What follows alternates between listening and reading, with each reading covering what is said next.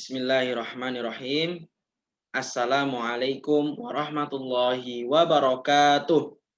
Alhamdulillahirabbil alamin. Adik-adik sekalian, pada kesempatan yang berbahagia ini, Kakak bersyukur bisa bersua dengan adik-adik sekalian walaupun kondisi dan keadaannya kita masih sama-sama bersua via daring.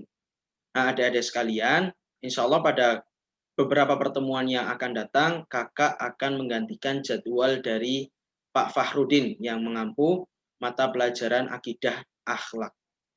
Adik-adik sekalian, perkenalkan nama Kakak Anis Labib, Kakak mahasiswa dari Universitas Muhammadiyah Yogyakarta yang insya Allah akan ditempatkan PPL di SMA Muhammadiyah Bantul.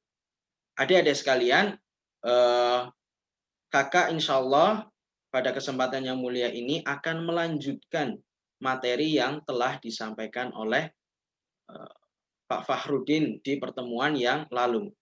Nah, pada kesempatan kali ini Kakak akan melanjutkan materi tentang memiliki perilaku-perilaku iman kepada qada dan qadarnya Allah Subhanahu wa taala.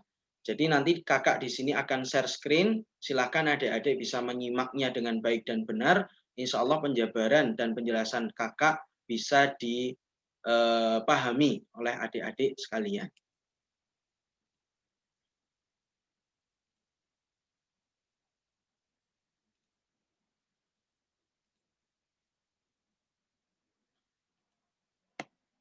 Baiklah adik-adik sekalian, seperti yang sudah Kakak sampaikan, insya Allah Kakak akan mengampu materinya Ustadz Fahrudin, yakni akidah dan akhlak. Pada kesempatan hari ini, pada kesempatan yang berbahagia ini, kita akan sama-sama belajar tentang menampilkan perilaku iman kepada qada dan qadarnya Allah Subhanahu wa taala. Ada 3 poin penting yang akan Kakak sampaikan pada kesempatan kali ini. Yang pertama adalah optimis, yang kedua adalah ikhtiar, dan yang ketiga adalah tawakal. Ketiga perilaku ini adalah perilaku yang mencerminkan iman kepada qada dan qadarnya Allah. Optimis, ikhtiar, dan tawakal. Nah, adik-adik sekalian, kita akan lanjut ya. Pembahasan yang pertama adalah perilaku optimis. Perilaku optimis secara bahasa, apabila kita buka KBBI, Kamus Besar Bahasa Indonesia, yakni keyakinan atas segala sesuatu yang baik dan menguntungkan.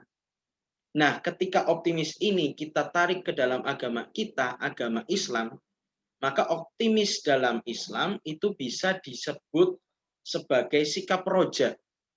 Sikap roja adalah sikap berharap hanya kepada Allah Subhanahu wa taala. Tidak berharap kepada manusia, tidak berharap kepada hewan, tidak berharap kepada yang lainnya, hanya kepada Allah Subhanahu wa taala.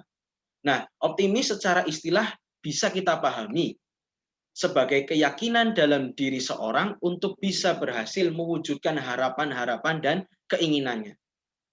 Nah, maka adik-adik sekalian, perilaku optimis ini juga dicontohkan oleh Nabi Muhammad SAW apa sebagai perilaku yang mencerminkan akhlakul karimah, akhlak yang baik.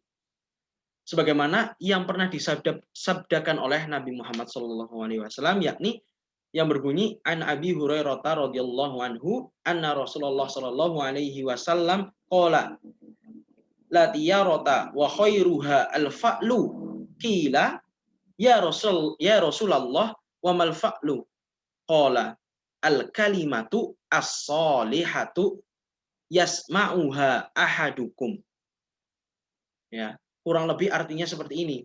Dari Abu Hurairah radhiyallahu anhu bahwasanya Rasulullah Muhammad SAW pernah bersabda, tidak ada rasa tiaroh, ya, firasat buruk dan kesialan. Tiaroh itu firasat buruk atau kesialan. Yang lebih baik dari rasa itu adalah rasa optimis. Maka ditanyakan kepada Rasulullah, apa yang dimaksud dengan rasa optimis itu? Beliau bersabda, yaitu kalimat baik yang sering didengarkan oleh salah seorang di antara kalian. Itu merupakan sikap optimis. Kemudian ciri-ciri orang yang memiliki sikap optimis itu ada 4, adik-adik sekalian. Apa saja? Yang pertama adalah memiliki harapan yang baik sebelum melakukan pekerjaan. Dia memiliki harapan-harapan yang baik ketika dia hendak melakukan suatu amalan.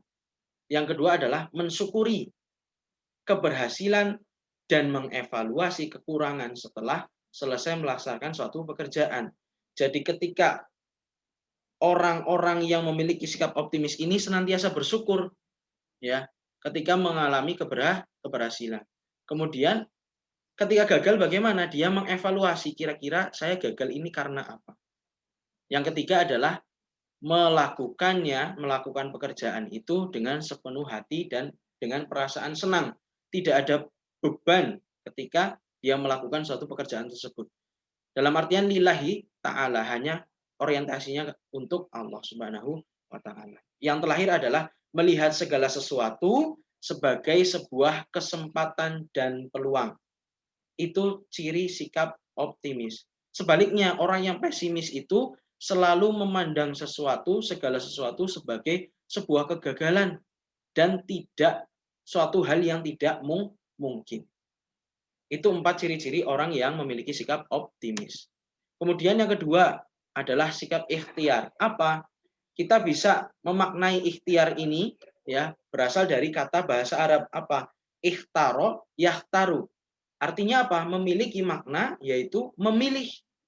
Ikhtiar dapat diartikan sebagai sebuah usaha, berusaha. Karena apa? Pada hakikatnya orang yang berusaha berarti dia telah memilih. Kemudian pertanyaan selanjutnya, adik-adik sekalian, wajibkah kita berikhtiar? Maka jawabannya adalah wajib. Kita sebagai manusia wajib berikhtiar dalam rangka apa? Dalam rangka mendapatkan sesuatu yang lebih baik dengan cara merubah yang pertama dari diri kita sendiri. Nah, maka kita wajib memiliki sikap ikhtiar. Mengapa wajib? Karena Allah memerintahkan di dalam Al-Quran.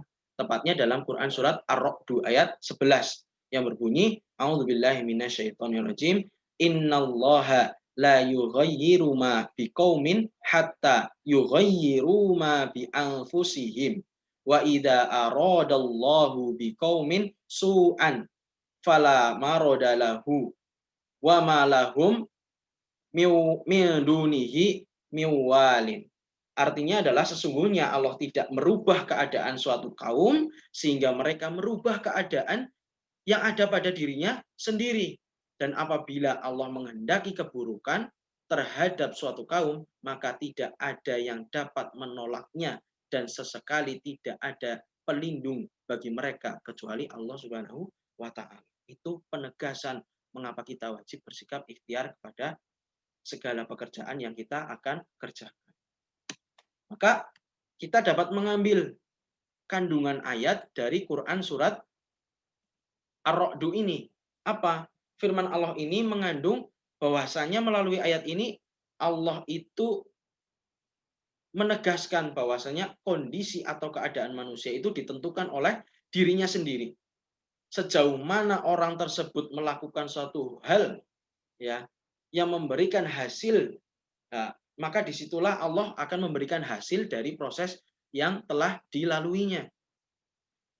Maka seberapa besar dan kerasnya usaha yang dilakukan seseorang, sebesar itulah hasil yang akan diraih. Maka manjada wajada, barang siapa yang bersungguh-sungguh maka dia akan memperoleh hasilnya. Itulah adik-adik. Nah, kemudian macam-macam ikhtiar itu dibagi menjadi 2, adik-adik sekalian. Yang pertama adalah ikhtiar lahir. Kita bisa mengetahui ikhtiar lahir itu sebagai wujud cara untuk sungguh-sungguh dengan mengerjakan segala, dengan mengerahkan segala potensi yang telah dimilikinya. Dengan kata lain, kita mengerjakan segala sesuatu itu dengan totalitas tanpa batas. Ya, total semuanya kita kerjakan. Sesuai dengan apa? Contoh tenaga kita. Kita punya tenaga seluruhnya dikerahkan. Kita punya waktu, kita luangkan waktunya untuk mengerjakan sekuat tenaga kita. Kita punya biaya, kita gelontorkan biaya kita. Kemudian ikhtiar batin. Apa ikhtiar batin itu adalah berusaha meraih keinginan dengan memohon pertolongan kepada Allah, dengan selalu mendekatkan diri kepada Allah, caranya adalah tidak lain dan tidak bukan kita beribadah kepada Allah. Ya, contohnya ketika ikhtiar lahir dan ikhtiar batin ini disatukan menjadi suatu kesatuan, maka contohnya adalah apa? Adik-adik ini contohnya kelas 12 akan menghadapi ujian-ujian, maka ikhtiar lahir yang harus diamalkan adik-adik adalah belajar dengan sungguh-sungguh. Ikhtiar batinnya apakah? Ikhtiar batinnya selain belajar dengan sungguh-sungguh, adik-adik sekalian juga berdoa, meminta pertolongan kepada Allah, kemudian meminta dimudahkan, dikuatkan dalam menghadapi ujian-ujian yang akan adik-adik lalui. Maka antara ikhtiar lahir dan batin ini tidak bisa dipisahkan antara satu dengan duanya. Nah, maka adik-adik sekalian, yang terlahir kakak akan sampaikan tentang tawakal. Tawakal itu apa? Secara bahasa, tawakal itu berasal dari kata wakala, yang memiliki arti mewakili. Maksudnya apa? Menyerahkan segala urusan kita kepada Allah Subhanahu wa Ta'ala, bukan kepada yang lain. Maka secara istilah, tawakal juga bisa disebut dengan berserah diri kepada Allah setelah kita berusaha maksimal, total, ya. Kemudian apa? Kita ridho, kita ikhlas menerima apapun hasil yang Allah berikan kepada kita. Maka dalam hal ini Imam Al-Ghazali, seorang ulama, berpendapat bahwa tawakal adalah menyandarkan diri kepada Allah ketika menghadapi suatu kepentingan, ketika menghadapi suatu kesukaran. Dengan apa? Dengan teguh hati ketika tertimpa musibah, disertai jiwa yang tenang dan jiwa yang tentram. Maka garis besar yang perlu kakak sampaikan di sini adalah tawakal bukanlah pasrah terhadap tawakal bukanlah pasrah tanpa berusaha. Namun tawakal itu adalah harus disertai dengan ikhtiar atau usaha yang maksimal. Karena apa? Karena tawakal salah satu kunci dari keberhasilan. Mengapa tawakal itu penting? Allah memerintahkan kita untuk bertawakal.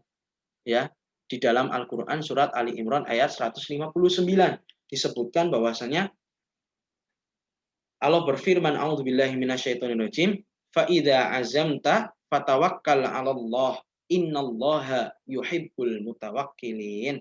Artinya kemudian apabila kamu telah membulatkan tekad, maka bertawakallah kepada Allah. Sesungguhnya Allah menyukai orang-orang yang bertawakal kepadanya. Nah, adik-adik sekalian, yang terakhir adalah unsur-unsur tawakal. Ini penting adik-adik sekalian ketahui. Ada 3 unsur tawakal yang perlu ditekankan di sini. Yang pertama adalah tawakal haruslah diawali dengan ikhtiar, usaha maksimal, usaha yang totalitas, yang sungguh-sungguh dengan mengerahkan segala kemampuan kita. Yang kedua adalah sikap berserah diri dengan menyandarkan segala urusan kita hanya kepada Allah Subhanahu wa Ta'ala, tidak kepada yang lainnya. Yang ketiga adalah ridho dan ikhlas dalam menerima apapun yang Allah berikan, ya, apapun hasil yang Allah berikan kepada kita. Caranya bagaimana? Kita bersikap syukur ketika hasilnya itu yang kita peroleh adalah sesuai dengan keinginan kita. Terus kita bersikap sabar ketika hasilnya tidak sesuai dengan keinginan kita. Maka itu 3 hal yang penting kita miliki ketika kita bertawakal kepada Allah Subhanahu wa Ta'ala. Nah, adik-adik sekalian, mungkin itu saja yang dapat kakak sampaikan pada kesempatan yang berbahagia ini. Sebelum kakak tutup, kakak memberikan tugas. Sedikit tugas dari kakak, ada 6 soal di sini. Silakan adik-adik jawab dengan baik dan benar. Insya Allah soal-soal ini tidak jauh dari penjelasan-penjelasan yang telah kakak jelaskan di slide-slide sebelumnya. Silakan dikerjakan, selamat mengerjakan, semoga pertemuan ini menyenangkan, dan semoga pertemuan ini memberikan kebermanfaatan bagi adik-adik sekalian, bagi kita semua. Kakak pamit undur diri, kita bertemu di pertemuan yang selanjutnya dengan semangat yang baru tentunya. Kakak akhiri, wabillahi taufik wal hidayah, nun wal qalami wa ma yasturun. Wassalamualaikum warahmatullahi wabarakatuh.